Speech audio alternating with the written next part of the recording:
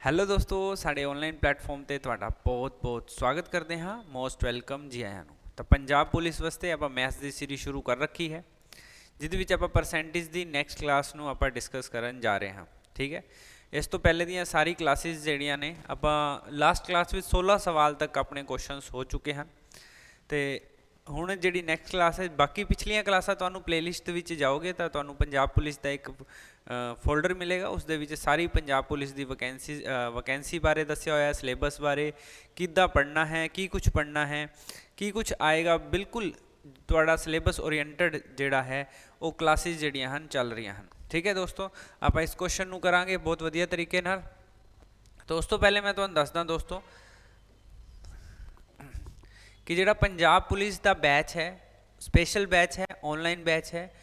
ਇਹਦੇ ਵਿੱਚ ਇਹ ਆਪਣੀ ਐਪ ਤੇ ਮਿਲੇਗਾ ਤੁਹਾਨੂੰ। ਆਪਣੀ ਐਪਲੀਕੇਸ਼ਨ ਦਾ ਲਿੰਕ ਹੈ ਟੈਸਟ ਮਾਫੀਆ। ਟੈਸਟ ਮਾਫੀਆ ਜਿਹੜਾ ਹੈ ਉਹ ਤੁਹਾਨੂੰ ਡਿਸਕ੍ਰਿਪਸ਼ਨ ਵਿੱਚ ਮਿਲ ਜਾਏਗਾ। ਠੀਕ ਹੈ, यदि ਤੁਸੀਂ ਗੂਗਲ ਤੇ ਸਿੱਧਾ ਵੀ ਸਰਚ ਕਰ ਸਕਦੇ ਹੋ ਟੈਸਟ ਮਾਫੀਆ। ਠੀਕ ਹੈ, ਟੈਸਟ ਮਾਫੀਆ ਐਪ ਦਾ ਨਾਮ ਹੈ। ਇਸ ਤੇ ਤੁਹਾਨੂੰ ਆਪਣਾ ਪੰਜਾਬ ਪੁਲਿਸ ਦਾ ਪੂਰਾ ਕੋਰਸ ਸਿਰਫ 999 ਰੁਪਏ ਦੇ ਵਿੱਚ ਪੂਰਾ ਦਾ ਪੂਰਾ ਕੋਰਸ ਮਿਲ ਜਾਏਗਾ, ਜਿਹਦੇ ਵਿੱਚ ਡਾਊਟ ਕਲਾਸਿਸ ਵੀ ਰਹਿਣਗੀਆਂ। ਇਹ ਇੱਕ ਸਪੈਸ਼ਲ ਬੈਚ ਹੈ ਜਿਹਦੇ ਵਿੱਚ PDFs ਮਿਲਣਗੀਆਂ, ਈ-ਬੁੱਕਸ ਮਿਲਣਗੀਆਂ, ਰਿਕਾਰਡਡ ਕਲਾਸਿਸ ਮਿਲਣਗੀਆਂ, ਲਾਈਵ ਕਲਾਸਿਸ ਮਿਲਣਗੀਆਂ, ਫ੍ਰੀ ਕਲਾਸਿਸ ਮਿਲਣਗੀਆਂ, ਸਭ ਕੁਝ ਤੁਹਾਨੂੰ ਮਿਲੇਗਾ। ਠੀਕ ਹੈ, ਤੁਸੀਂ ਇਹ ਲੈ ਸਕਦੇ ਹੋ ਕੋਰਸ ਨੂੰ। ਤੇ ਸਾਡਾ WhatsApp ਦਾ ਨੰਬਰ ਹੈ 7597500075। ਠੀਕ ਹੈ, ਇਸ ਨੰਬਰ ਤੇ ਤੁਸੀਂ WhatsApp ਕਰਕੇ ਵੀ ਆਪਦਾ ਕੋਰਸ ਐਕਟੀਵੇਟ ਕਰਵਾ ਸਕਦੇ ਹੋ। ਠੀਕ ਹੈ ਦੋਸਤੋ, ਹਾਂਜੀ। ਤਾਂ ਆਪਾਂ ਸ਼ੁਰੂ ਕਰਦੇ ਹਾਂ ਅੱਜ ਦੀ ਕਲਾਸ ਨੂੰ ਬਹੁਤ ਹੀ ਬਿਹਤਰੀਨ ਤਰੀਕੇ ਨਾਲ, ਬਹੁਤ ਹੀ ਸ਼ਾਨਦਾਰ ਤਰੀਕੇ ਨਾਲ। ਤੇ ਆਪਣਾ ਅੱਜ ਦਾ ਸਵਾਲ ਹੈ, ਸਭ ਤੋਂ ਪਹਿਲਾਂ ਕੀ ਕਹਿ ਰਿਹਾ ਆਪਾਂ ਨੂੰ,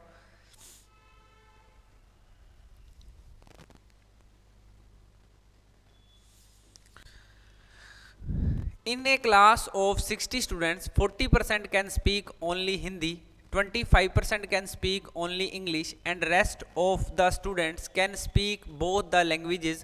How many students can speak English?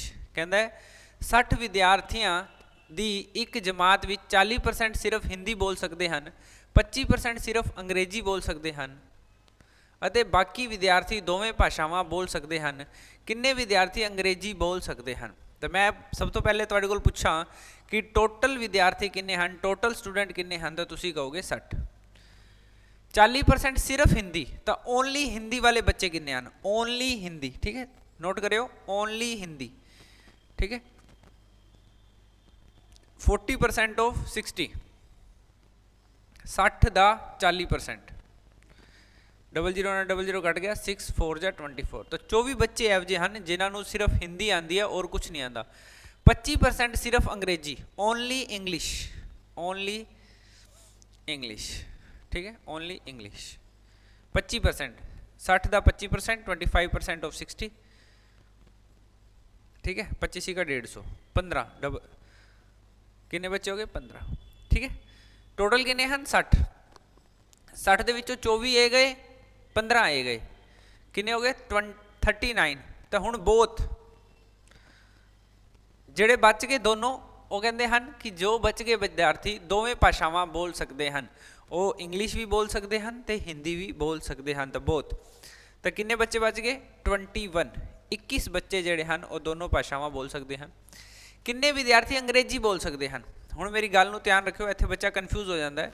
ਉਹ ਸੋਚਦਾ ਹੈ ਅੰਗਰੇਜ਼ੀ ਪੁੱਛਿਆ, ਠੀਕ ਹੈ 15 ਬੱਚੇ ਅੰਗਰੇਜ਼ੀ ਬੋਲ ਸਕਦੇ ਹਨ। ਨਹੀਂ, ਉਸਨੇ ਪੁੱਛਿਆ ਕਿੰਨੇ ਬੱਚੇ ਹਨ ਜਿਹੜੇ ਅੰਗਰੇਜ਼ੀ ਬੋਲ ਸਕਦੇ ਹਨ। ਤਾਂ ਇਹ ਦੋਨੋਂ ਲੋਕ ਅੰਗਰੇਜ਼ੀ ਬੋਲ ਸਕਦੇ ਹਨ, ਧਿਆਨ ਰੱਖਿਓ। ਉਸਨੇ ਇਹ ਕਦੇ ਵੀ ਨਹੀਂ ਕਿਹਾ ਕਿ ਹਿੰਦੀ ਨਹੀਂ ਬੋਲ ਸਕਦੇ ਹਨ। ਉਸਨੇ ਕਿਹਾ ਕਿ ਆਪਾਂ ਨੂੰ ਕੋਈ ਲੈਣਾ ਦੇਣਾ ਨਹੀਂ ਹੈ ਕਿ ਤੁਸੀਂ ਹਿੰਦੀ ਆਂਦੀ ਹੈ, ਤੁਹਾਨੂੰ ਪੰਜਾਬੀ ਆਂਦੀ ਹੈ, ਉਰਦੂ ਆਂਦੀ ਹੈ ਕਿ ਨਹੀਂ ਆਂਦੀ, ਇੰਗਲਿਸ਼ ਆਂਦੀ ਹੈ ਜਾਂ ਨਹੀਂ। ਦੇਖੋ ਮੰਨ ਲਓ ਹੁਣ ਵੈਕੈਂਸੀ ਨਿਕਲੀ ਹੈ ਪੰਜਾਬ ਪੁਲਿਸ ਦੀ, ਕਾਂਸਟੇਬਲ ਵਿੱਚ 12th ਪਾਸ ਬੱਚੇ ਮੰਗੇ ਹਨ। ਮੰਨ ਲਓ ਜਿਸ ਬੱਚੇ ਨੇ ਗ੍ਰੈਜੂਏਸ਼ਨ ਕਰ ਰੱਖੀ ਹੈ, ਉਹਨਾਂ ਨੇ ਐਵੇਂ ਤਾਂ ਨਹੀਂ ਕਿਹਾ ਕਿ ਜਿਸ ਬੱਚੇ ਨੇ ਗ੍ਰੈਜੂਏਸ਼ਨ ਕਰ ਰੱਖੀ ਹੈ ਉਹ ਪੇਪਰ ਨਾ ਭਰੇ, ਸਮਝ ਗਏ। ਤਾਂ ਇਹ ਹੀ ਇਹਦੇ ਵਿੱਚ ਗੱਲ ਪੁੱਛੀ ਗਈ ਹੈ ਕਿ ਇੰਗਲਿਸ਼ ਕਿਹੜਾ ਬੋਲ ਸਕਦਾ। ਸਾਨੂੰ ਬਸ ਇਹਦੇ ਨਾਲ ਮਤਲਬ ਹੈ, ਉਸ ਨੂੰ ਹਿੰਦੀ ਆਂਦੀ ਹੈ ਕਿ ਨਹੀਂ ਆਂਦੀ, ਪੰਜਾਬੀ ਆਉਂਦੀ ਹੈ ਕਿ ਨਹੀਂ ਆਉਂਦੀ, ਉਹ ਗੱਲਾਂ ਤਾਂ ਕਹਿੰਦਾ ਸਾਨੂੰ ਮਤਲਬ ਨਹੀਂ ਹੈ। ਸਾਨੂੰ ਤਾਂ ਇਹ ਬੱਚੇ ਦੱਸ ਦਿਓ ਜਿਹੜੇ ਇੰਗਲਿਸ਼ ਬੋਲ ਸਕਦੇ ਹਨ। ਤਾਂ ਮੈਂ ਕਿਹਾ ਵੀ ਇਹ 36 ਬੱਚੇ ਹਨ, 15 ਤੇ ਗਿਆ 21, 36 ਸਟੂਡੈਂਟਸ ਅਜਿਹੇ ਹਨ ਜਿਹੜੇ ਇੰਗਲਿਸ਼ ਬੋਲ ਸਕਦੇ ਹਨ। ਠੀਕ ਹੈ 36 ਤਾਂ ਇਸ ਦਾ ਆਂਸਰ ਆਏਗਾ 36। ਕਈ ਬੱਚੇ ਇਸ ਵਿੱਚ ਕਨਫਿਊਜ਼ ਹੋ ਜਾਂਦੇ ਹਨ ਕਿ ਸਰ ਹੁਣ ਆਂਸਰ 15 ਆਏਗਾ ਜਾਂ 36 ਆਏਗਾ, ਤਾਂ 100% ਇਹਦਾ ਆਂਸਰ 36 ਆਏਗਾ। ਠੀਕ ਹੈ ਨੈਕਸਟ ਕੁਐਸਚਨ ਦੀ ओर मूव करते हैं जी। ਉਸ ਤੋਂ ਬਾਅਦ ਮੈਂ ਤੁਹਾਨੂੰ ਇੱਕ ਗੱਲ ਦੱਸ ਦਵਾਂ ਕਿ ਇਹ ਜਿਹੜੀ PDF ਹੈ ਜਿਹੜੀ ਆਪਣੀ ਬੋਰਡ ਤੇ ਚੱਲ ਰਹੀ ਹੈ, ਇਹ ਕੁਐਸਚਨਸ ਵੀ ਤੁਹਾਨੂੰ ਮਿਲ ਜਾਣਗੇ ਜਿੱਦਾਂ ਹੀ ਇਹ ਚੈਪਟਰ ਕਲੋਜ਼ ਹੋਏਗਾ YouTube ਤੇ, ਉਵੇਂ ਹੀ ਤੁਹਾਨੂੰ ਟੈਲੀਗ੍ਰਾਮ ਦਾ ਲਿੰਕ ਡਿਸਕ੍ਰਿਪਸ਼ਨ ਵਿੱਚ ਹੈ, ਉੱਥੇ ਤੁਸੀਂ ਐਕਟਿਵ ਹੋ ਜਾਓ ਸਾਡੇ ਨਾਲ ਜਾਂ ਜੁਆਇਨ ਕਰ ਲਓ ਚੈਨਲ ਨੂੰ। ਠੀਕ ਹੈ ਤੇ ਤੁਹਾਨੂੰ ਇਹ PDF ਉੱਥੇ ਸੈਂਡ ਕਰ ਦਿੱਤੀ ਜਾਵੇਗੀ, ਤੁਸੀਂ ਇਹਦਾ ਪ੍ਰਿੰਟ ਨਿਕਲਵਾ ਸਕਦੇ ਹੋ ਬਾਅਦ ਨੂੰ। ठीक है तो जोड़े भी सोल्यूशन हैं तुम आपकी कॉपी पर नोट करते जाओ डे बाय डे। ठीक है फिर इसका प्रिंट लैके तो तुम आपकी पढ़ाई कर सकते हो। ठीक है तो चैनल जोड़े भी बच्चे चैनल पर नवे हैं चैनल को सबसक्राइब जरूर करना है। एक होर मेरी तुहाडे नाल गुजारिश है कि तुसी वीडियो को शेयर बहुत करना है। यदि तुहानूं लगता है कि आप अच्छा पढ़ा रहे हैं असी अच्छा पढ़ा रहे हैं तो उस तो बाद साडा जिहड़ा कोर्स है नोमीनल है बिल्कुल मिनीमम है, पूरे पंजाब सब तो सस्ता कोर्स तो सब तो क्वालिटी वाला कोर्स है। फिर तुहानूं की चाहिए है करना की चाहिए है कि इस वीडियो नूं इन्ना शेयर कर दो कि मज़ा आ जाए, मतलब हक आ जाए सानूं पढ़ाने का। असी यूट्यूब पर फ्री क्लासिस तुहाडे वास्ते लै रहे हैं तो उस चीज़ का हक आ जाए, बस मज़ा आ जाए। ठीक है एक पिंड विच 60% परिवारां विच एक बहुत ही शानदार क्वेश्चन है, बहुत ही मज़ेदार क्वेश्चन है, क्वेश्चन को बहुत ध्यान नाल देखना है। एक पिंड विच 60% परिवारां विचों हरेक कोल एक गां है, 30% परिवारां विच हरेक कोल एक मझ है अते 15% परिवारां विचों हरेक कोल एक गां अते एक मझ है। ठीक है in a village each of the 60% of families has a cow, each of the 30% of family has a buffalo and each of the 15% of families has both cow and buffalo। इस टाइप का कदे भी question आ जाए कि एक product एक लोगों कोल होवे, एक दूजा प्रोडक्ट दूजे लोगों कोल होवे ते दोनों प्रोडक्ट विचे दे किसी लोगों कोल होण तो वेन डायग्राम का इस क्वेश्चन को आप हमेशा सोल्व करना है। ठीक है वेन डायग्राम इस नोट ला के लिखियो, नोट च लिखियो फर्स्ट ऑफ ऑल का मतलब होता सब तो पहला कॉमन पार्ट फिल करांगे। ठीक है सब तो पहला कॉमन पार्ट फिल करांगे। ठीक है इसका रूल है सब तो पहला कॉमन पार्ट जिहड़ा है वो फिल होएगा। ठीक है सब तो पहला कॉमन पार्ट फिल होएगा। कॉमन पार्ट का मतलब है ए वाला पार्ट। ठीक है सब तो पहला ए वाला हिस्सा कवर होएगा, मतलब बोथ वाला हिस्सा जिहड़ा है वो आप कवर करांगे। तो बोथ वाला हिस्सा किहड़ा है, किन्ने % जनता है जिहड़ी बोथ है, वो है जी 15% परिवार। 15% परिवार हैं किन्ने परसेंट 15%। 15% परिवार अजिहे हैं 15% परिवार अजिहे हैं जिन्हां कोल गां ते मझ दोनों है। ठीक है 60% परिवारां विचों हरेक कोल एक गां है, मतलब काओ मतलब बफेलो। ठीक है हुण मैनूं ये दसो कि इस सर्किल दे विच्चे 60% काओज आनियां चाहीदियां ने। ये सर्किल 60% काओ दा है, 15% पहले आ गया तो 45% और आ जाएगा, टोटल 60% हो गया। ठीक है जी हुण मैनूं एक गल होर दस्सिओ कि ये जिहड़ा सर्किल है ये वाला इस विच तुहाडे कोल 30% परिवार कवर होने चाहिए हैं जिन्हां कोल बफेलो है। 15 पहले कवर हो गए तो 15 होर कवर हो जाएंगे। ठीक है हुण तुसीं देखोगे 15 ते 15 30, 30 ते 45 75, 75% अजिहे परिवार हैं, 75% इहो जे परिवार हैं, 75% अजिहे परिवार हैं जिन्हां कोल कोई ना कोई जानवर पशु है, कोई ना कोई जानवर पशु है। ठीक है गां है या किसी कोल मझ है। तो 25% बच्चे 25% अजिहे लग हैं, 25% लोग यह जे 25% परिवार यहो जे हैं ना ही जिन्हां कोल नो एनीमल कोई भी पशु नहीं है, कोई भी पशु नहीं है। तो उन्हें यही पूछा है कि किन्ने परिवारां कोल गां या मझ नहीं है, तो 25% परिवारां कोल गां या मझ नहीं है। टोटल लोग किन्ने सीगे जी, टोटल लोग सी 96 फैमिलीज़, 96 फैमिली सीगियां तो 96 का 25%, 25% ऑफ 96, 24 आ जाएगा, चौथा हिस्सा 96 का चौथा हिस्सा, ठीक है। 96 का 25%, 96 का 25% कितना हो जाएगा 24, चौथा हिस्सा हो जाएगा ना। 25% का मतलब होता है फोर्थ पार्ट, 1/4। किसी भी चीज़ का 25% कटना है, इसका मतलब है उसका चौथा हिस्सा तुहानू दसना है, ठीक है। लो जी नैक्सट क्वेश्चन दी ओर मूव करते हैं। नोट कर लियो भी, स्क्रीनशॉट ले लियो, नोट्स बनाते रहो। बहुत ही शानदार, इस विचों पूरे तो पूरा पेपर जिहड़ा है तुहाडा सैट किया जाएगा। बहुत मज़ा आने वाला है इस क्वेश्चन विच, थोड़ा ध्यान नाल देखांगे इस क्वेश्चन नू, बहुत ही मज़ेदार सवाल है, ठीक है। The price of sugar rises by 37.1/2%. If a family wants to keep their expenses on sugar the same as earlier, the family will have to decrease its consumption of sugar by। खंड की कीमत 37.5% वध जाती है जेकर कोई परिवार खंड ते अपने खर्चियां नू पहला वांग ही रखना चाहता है तो परिवार नू अपनी खंड की खपत घट करनी पवेगी। हुण ना इस गल नू प्रैक्टिकली समझियो बिल्कुल। मान लो कि तुसी घर विच खंड वरतदे हो, ठीक है। मान लो कि खंड पहले 100 रुपये किलो सी, फॉर एग्जाम्पल है। हुण खंड का रेट जिहड़ा है वो 120 रुपये किलो हो चुका है। मतलब जो चीज़ मार्केट विच पहले 100 रुपये की मिलती सी, हुण वो मार्केट विच 120 रुपये की मिलती है, ठीक है। जो आर्टिकल पहले मार्केट में 100 रुपये का मिलता था वो अब 120 रुपये का मिलता है, ठीक है। अब आपके पास खर्चने के लिए 100 रुपये ही हैं। आप कह रहे हो कि मैं अपना खर्चा नहीं बढ़ा सकता क्योंकि मेरी सैलरी बढ़ी नहीं है। आपने अपना रेट बढ़ा दिया, कोई बात नहीं, पर मेरी सैलरी उतनी ही है तो मैं अपने खर्चे नहीं बढ़ा सकता हूँ, मेरे पास 100 रुपये ही हैं। आप 100 रुपये लेके दुकान पे चले गए, आपने दुकानदार को बोला सर मुझे चीनी दे दो, ठीक है।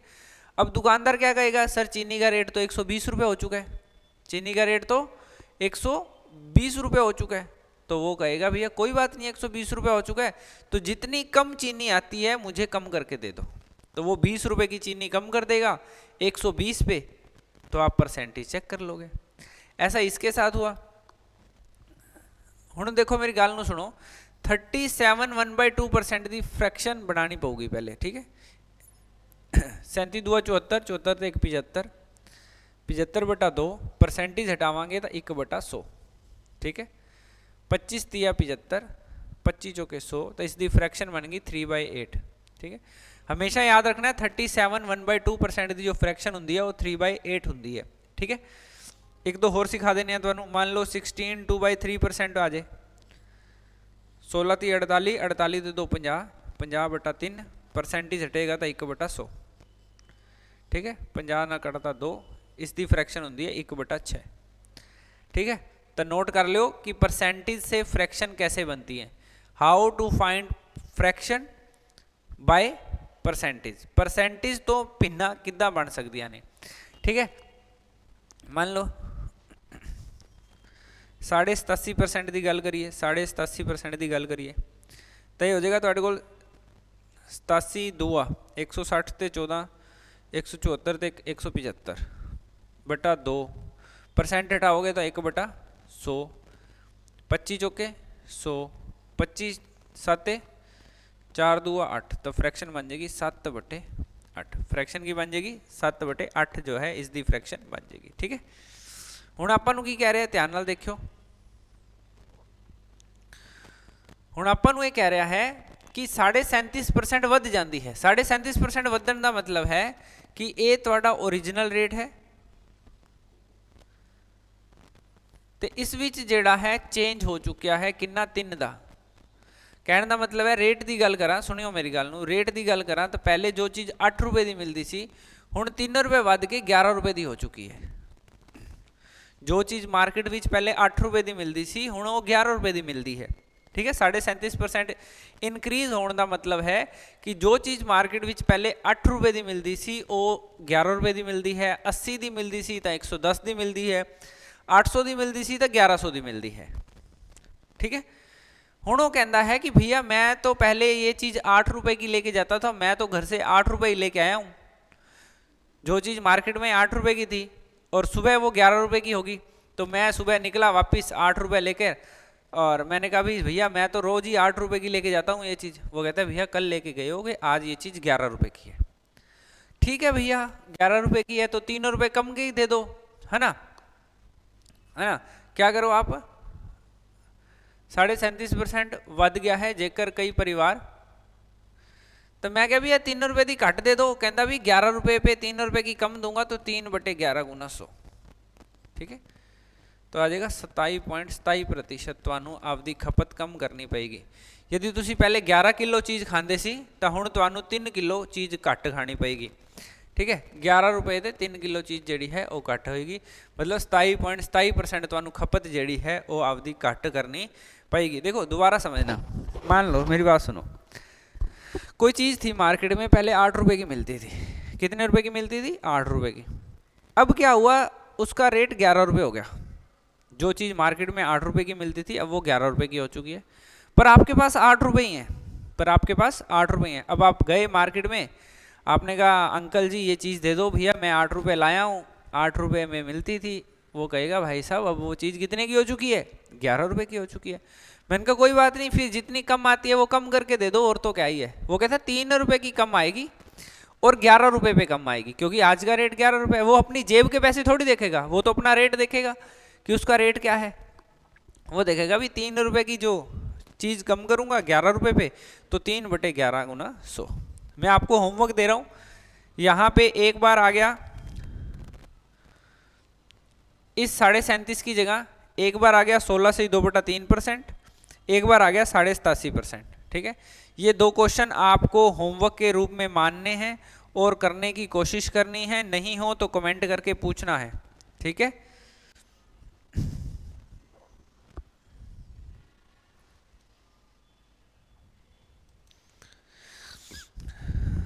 तो समझ आया होगा ये क्वेश्चन आपको, है ना। नेक्स्ट क्वेश्चन की ओर मूव करते हैं। अगला क्वेश्चन हमें क्या कहता है जी,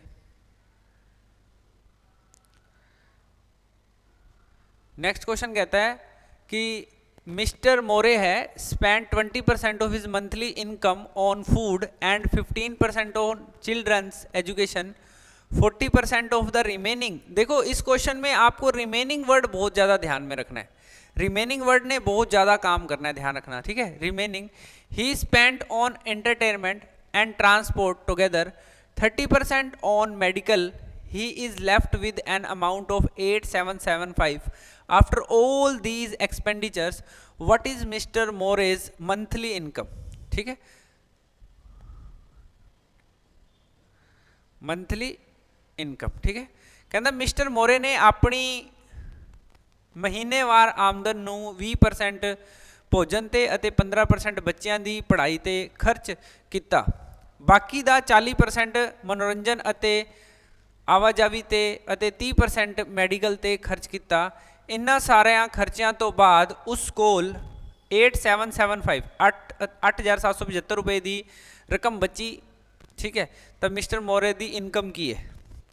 मेरी गल नूं बिल्कुल ध्यान नाल, आराम नाल, प्यार नाल समझना है।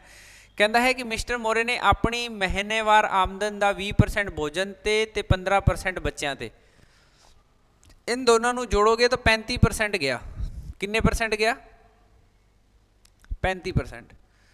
जिन्नी भी उसकी मंथली इनकम सी, monthly income MI, monthly income जिन्नी भी सी उसकी, उसका 35% गया तो 65% उहदे कोल हैगा। ठीक है भी, हुण ध्यान नाल गल सुननी है। देखो 35% उन्हें खर्च करता। आपां इन इस टाइप के सवालों में जिन्ना परसेंट वो खर्च कर देगा वो छड़ देंगे, जिहड़ा अपने कोल बचिया करेगा, जिवें 35% गया 65% बच गया, तो उसकी आपां इक्वेशन बना लिया करांगे। ठीक है, 65% अपने कोल बच गया, बच्चों की पढ़ाई ते खर्च किया। बाकी दा मतलब इसका बाकी दा 40% मनोरंजन ते आवाजावी ते 30% मैडिकल ते खर्च किया। मतलब 40 ते 30 किन्ने हो गए? 70%।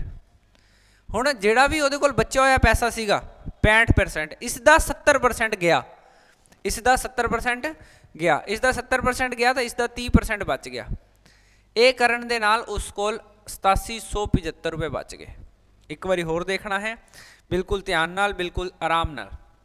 मिस्टर मोरे ने 20% of his monthly income on food and 15% of children education. 20% गए तो 15% गए तो 35% गए, 35% गए तो 65% बच गए। ठीक है, 40% of the remaining he spent on entertainment and transport together, 30% on medical. ठीक है, कहता बचे हुए का 40% ਜਿਹੜਾ ਸੀਗਾ बचे हुए का 40% spend entertainment and transport together and 30% on medical. मतलब 40% तो मैडिकल ਉਹਦੇ ਤੇ चला गया तो 30% ਹੋਰ ਤੇ चला गया, मतलब 70% चला गया। जिन्ना भी ਤੁਹਾਡੇ ਕੋਲ पैसा बचे हुए सी उस ਦਾ 70% चला गया, मतलब उसका 30% ਤੁਹਾਡੇ ਕੋਲ बच गया। बस ਹੁਣ कैलकुलेशन ਦਾ खेल रह गया सारा। 3 ਦੀ ਟੇਬਲ ਨਾਲ ਕੱਟ ਦਿੰਦੇ, ਪਹਿਲੇ 0 ਨਾਲ 0 ਕੱਟ ਦੋ, 3 दूआ 6, 2 कैरी बच गया, 3 27, 3 दूआ 6, 3 5 15। ठीक है, 13 की टेबल नाल कट देने, 13 5 65, 13 दूआ 26, 3 2, 13 दूआ 26, 13 5 65। ठीक है, 5 की टेबल नाल कट देने 45, 45 के नाल 1 2 3, 3 जीरो इधर शिफ्ट हो जानी है, तो उसकी मंथली इनकम पूछी जाएगी, तो उसकी मंथली इनकम आ जाएगी 45,000। 45,000 जी है उसकी मंथली इनकम आ जाएगी। ठीक है, ओके जी। ਹੁਣ ਆਪਾਂ ਵੜਦੇ ਹਾਂ ਨੈਕਸਟ ਕੁਐਸਚਨ ਤੇ। ਨੈਕਸਟ ਕੁਐਸਚਨ ਤੇ ਵਧਣ ਤੋਂ ਪਹਿਲੇ ਆਪਾਂ ਇੱਕ ਗੱਲ ਕਰ ਲਈਏ, ਬਹੁਤ ਹੀ ਵਧੀਆ, ਬਹੁਤ ਹੀ ਸ਼ਾਨਦਾਰ, ਕਿ ਜਿਹੜਾ ਆਪਣਾ ਪੰਜਾਬ ਪੁਲਿਸ ਦਾ ਬੈਚ ਹੈ ਇਹ ਬਹੁਤ ਹੀ ਨੋਮੀਨਲ ਜੀ ਫੀਸ ਵਿੱਚ, ਨਾ ਮਾਤਰ ਦੀ ਫੀਸ ਵਿੱਚ ਤੁਹਾਨੂੰ ਮਿਲਣ ਜਾ ਰਿਹਾ ਹੈ। 999 ਰੁਪਏ ਦੇ ਵਿੱਚ ਤੁਹਾਨੂੰ ਇਹ ਪੂਰਾ ਕੋਰਸ ਮਿਲ ਜਾਏਗਾ, ਪੂਰੀ PDFs ਮਿਲ ਜਾਣਗੀਆਂ, ਪੂਰਾ ਸਟੱਡੀ ਮਟੀਰੀਅਲ, ਪੂਰੀਆਂ ਰਿਕਾਰਡਡ ਕਲਾਸਾਂ ਮਿਲ ਜਾਣਗੀਆਂ, ਸਭ ਕੁਝ ਰੈਡੀ ਟੂ ਰੈਡੀ ਮਿਲੇਗਾ ਜੀ। ਠੀਕ ਹੈ, तो तुसी ये बैच ले सकते हो। अपने WhatsApp का नंबर तुहानू देता है मैं, तो उस तो बाद टैलीग्राम जिहड़ा ऐप का लिंक है वह भी डिस्क्रिप्शन में है, टैलीग्राम का लिंक भी डिस्क्रिप्शन में है, ये नोट्स भी तुहानू टैलीग्राम से फ्री ऑफ कॉस्ट काफ़ी मिल जाएंगे। ठीक है, तो एक क्वेश्चन होर तुहाडे सामने हाजिर है, तो मैं चाहना कि ये क्वेश्चन तुहाडा होमवर्क बन जाए, ये क्वेश्चन तुहाडा की बन जाए, होमवर्क बन जाए। ठीक है, ये क्वेश्चन तुहाडा होमवर्क है, इसका आंसर तुसी जिहड़ा है कमेंट बॉक्स विच देने की कोशिश करनी है। अगली क्लास विच मैं इत्थों ही शुरू करांगा। ठीक है, अगली क्लास विच आपां इत्थों ही शुरू करांगे, इसका सोल्यूशन देवांगे, तुसी आपदी मैचिंग करनी है कि तुसी ये क्वेश्चन सही किया कि नहीं किया। ठीक है दोस्तों, बाय बाय, टेक केयर, आपका ख्याल रखियो। आई होप तुहानू ये क्लास बहुत अच्छी लगी होगी, तो दबा के शेयर कर दिओ, मज़ा आ जाए, फुल सपोर्ट करो। ठीक है, क्योंकि नोमीनल जे चार्जिज विच असीं तुहानू पढ़ा रहे हैं। Bye bye, take care.